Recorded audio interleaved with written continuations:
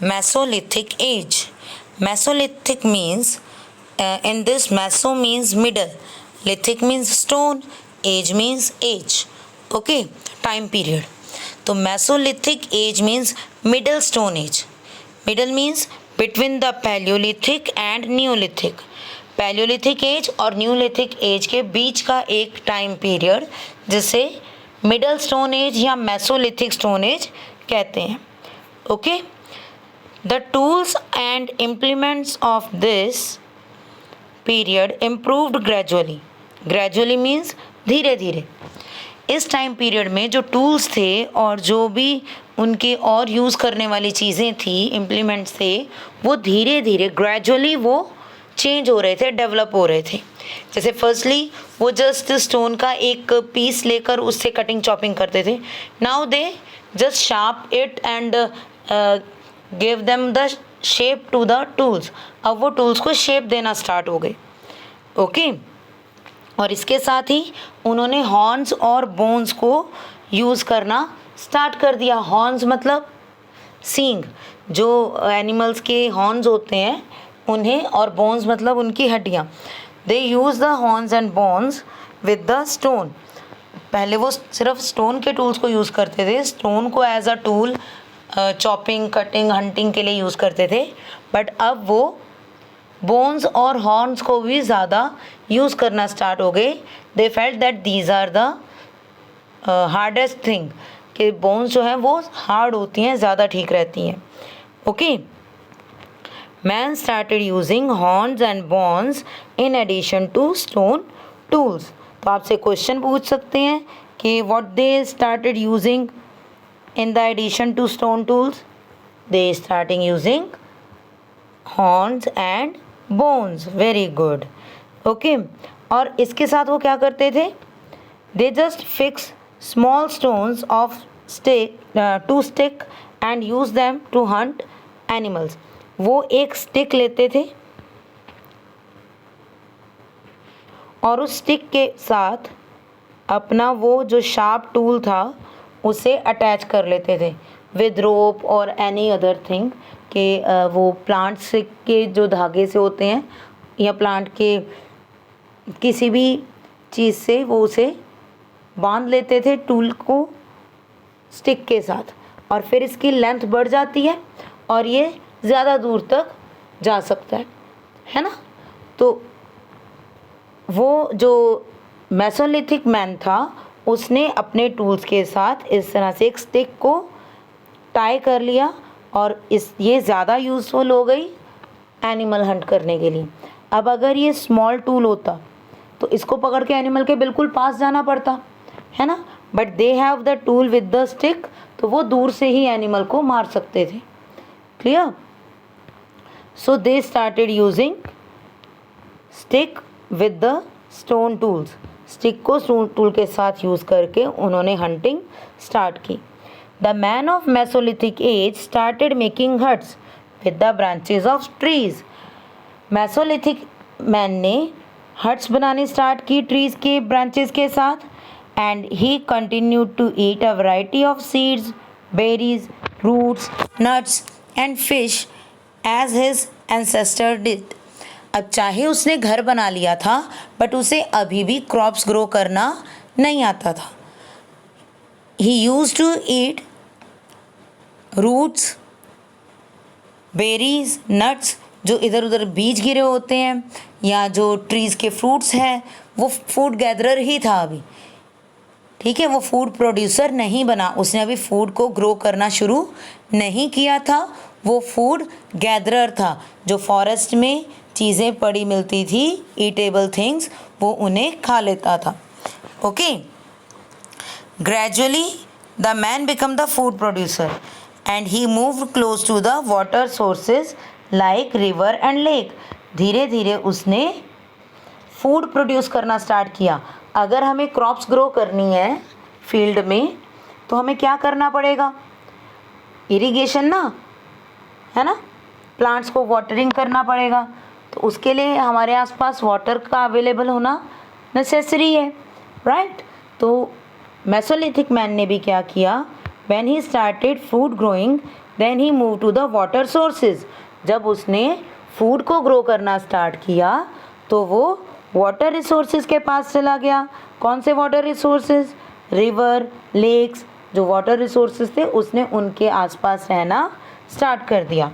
The beginning of agriculture took place during this period when the man learned to drop seeds in the soil to grow plants।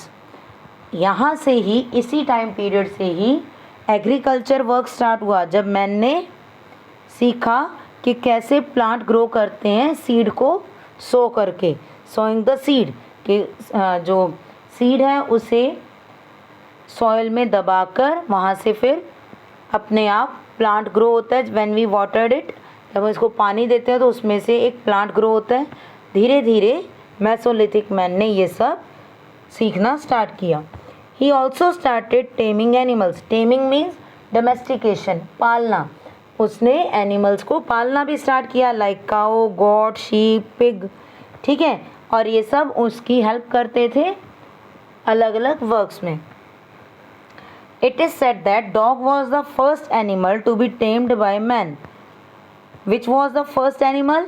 कौन सा first animal था जिसे Mesolithic man ने पाला, taming की जिसकी?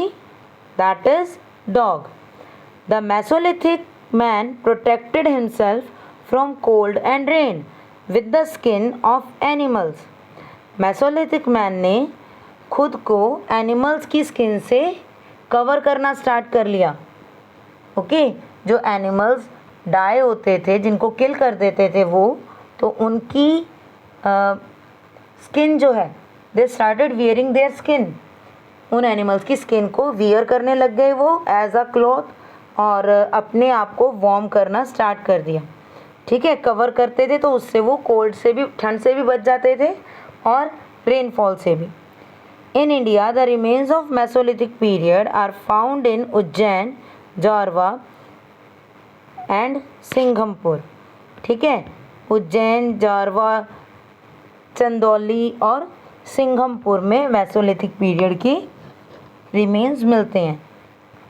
इसमें आपको सिंघमपुर बहुत इजीली याद हो जाएगा, है ना, सिंघम मूवी, तो उससे सिंघमपुर।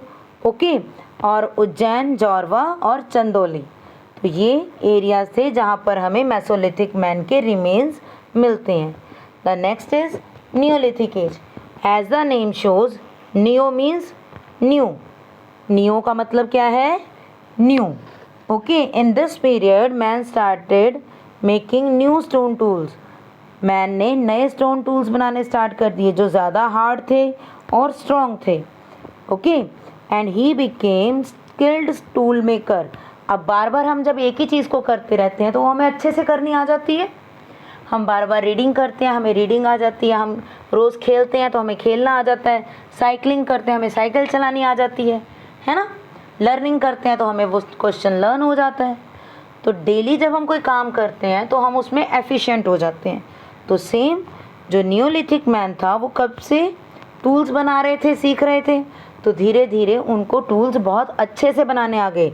They became a skilled tool maker. Okay, and he started polishing and grinding his tools.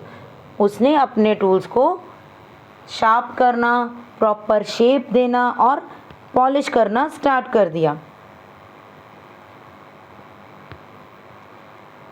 His weapons include stone axe, knives, spears, harpoons, wooden bows, stone tipped arrows। ये सब थे उसके वेपन्स। इसमें स्टोन एक्स मतलब कुल्हाड़ी थी, knifes थे, चाकू थे, स्पीयर्स थे, एरोज जो तीर होते हैं, इस तरह की चीज़ें थी उसके पास। Okay, the remains of such tools have been found in different part of the world. World के अलग अलग पार्ट मिलते हैं। डिफरेंट पार्ट में हमें ये टूल्स मिलते हैं। कौन से पार्ट्स में? The place related to the Neolithic age in India are Burzahom, Mehrgarh, Chirand, Daojali, Hading, Hallur and Koldihwa.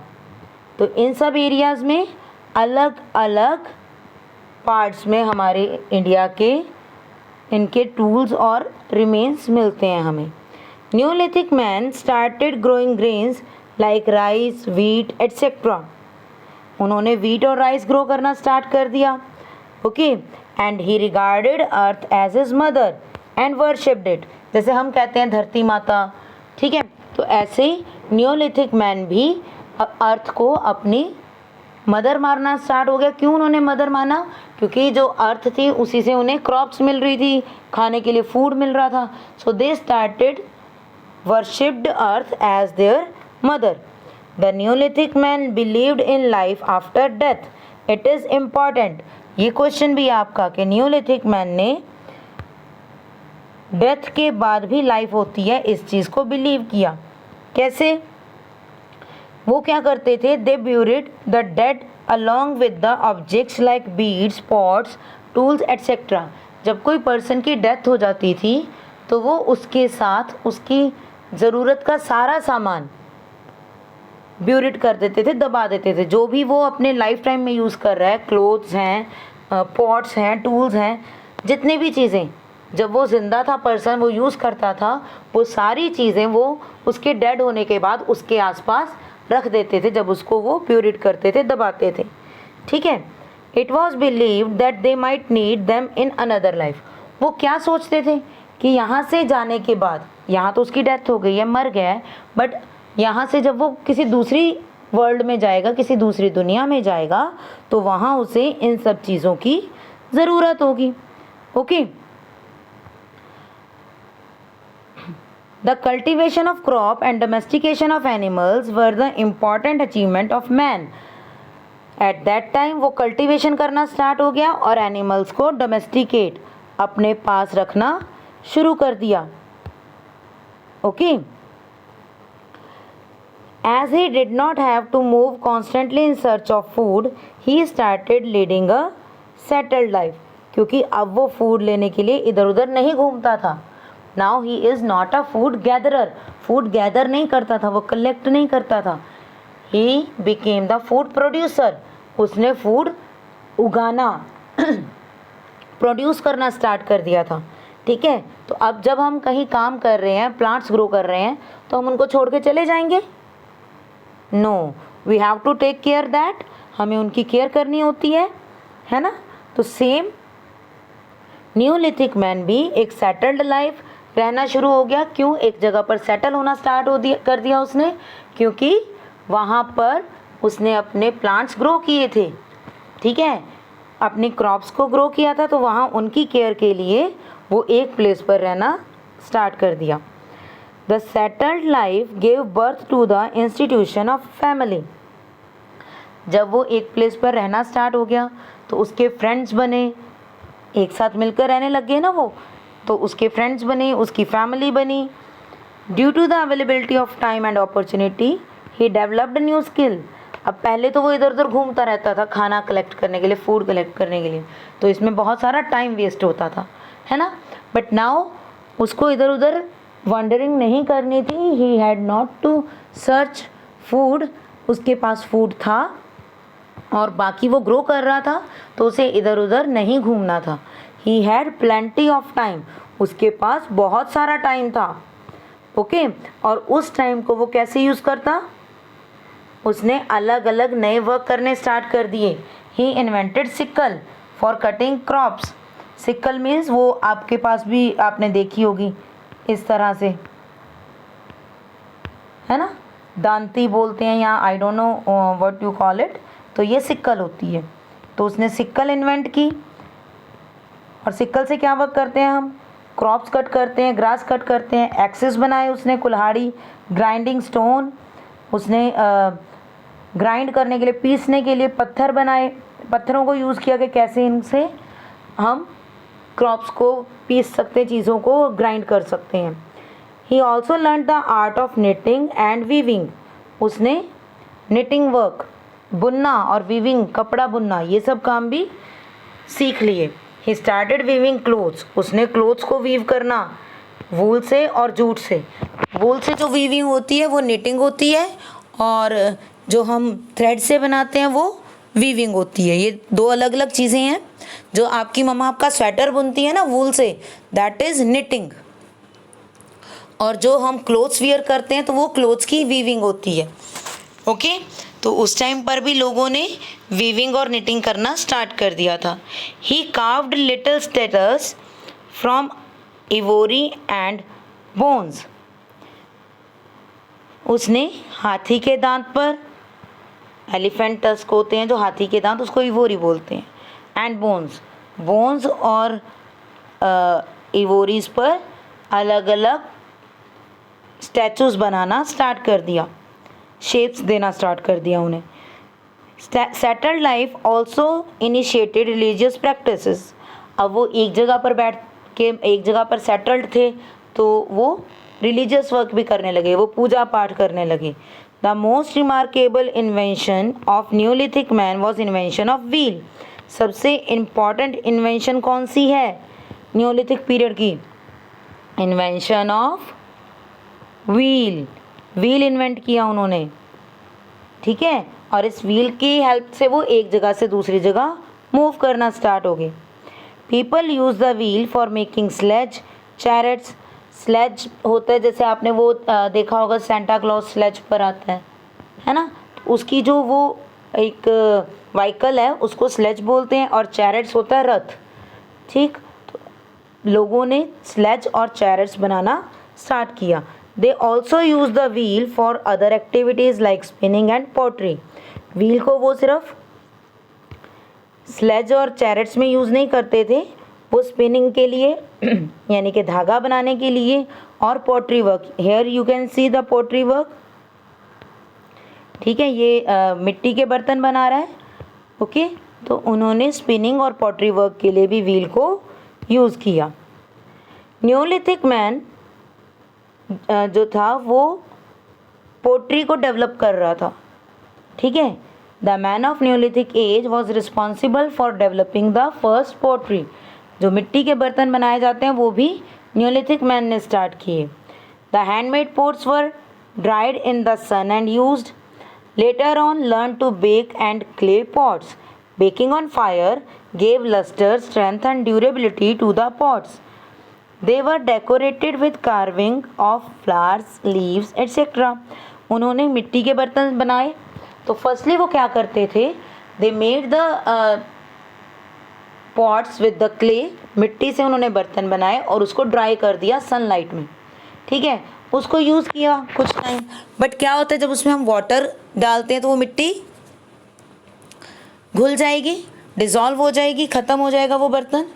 तो फर्स्टली तो उन्होंने ऐसे ड्राई करके बनाना स्टार्ट किया, बट देन उनको समझ आया कि इसको अगर हम फायर में बेक करते हैं, इसको अगर हम पका लेते हैं फायर पर, तो ये ज़्यादा स्ट्रॉन्ग हो जाएगा और अच्छे से यूज़ हो सकेगा, इसमें बहुत देर तक इसको यूज़ कर सकेंगे। तो उन्होंने जो पॉट्स थे उन्हें बेक करना स्टार्ट कर दिया, और बेक करने से वो स्ट्रॉन्ग हो गए और ड्यूरेबल, बहुत टाइम तक चलने वाले हो गए। And then they started making flowers on that, उन्होंने इस पर फ्लावर्स वगैरह बनाकर इनको डेकोरेट किया। After the neolithic period the another period was started, that is metal age. Metal age start हुई, क्यों स्टार्ट हुई? क्योंकि उन्होंने फर्स्ट मेटल कॉपर को डिस्कवर किया।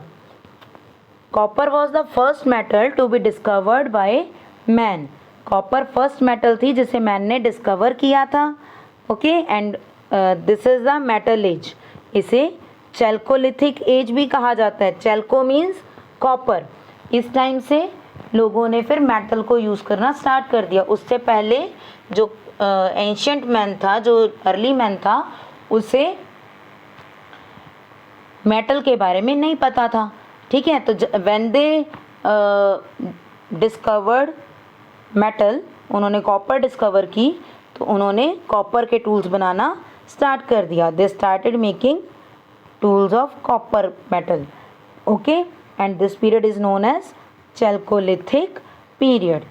Clear? So these are the main periods or main ages of the early man. Early man की ये main ages हैं, Paleolithic age, Mesolithic age and Neolithic age. और जब से metal start हुई तो which was the first metal?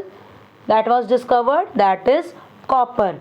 और period को क्या बोला जाता है उस टाइम पीरियड को? It is called Chalcolithic period. Okay बेटा, so watch the video, learn the topics, okay, prepare for your exam. Thank you, have a nice day.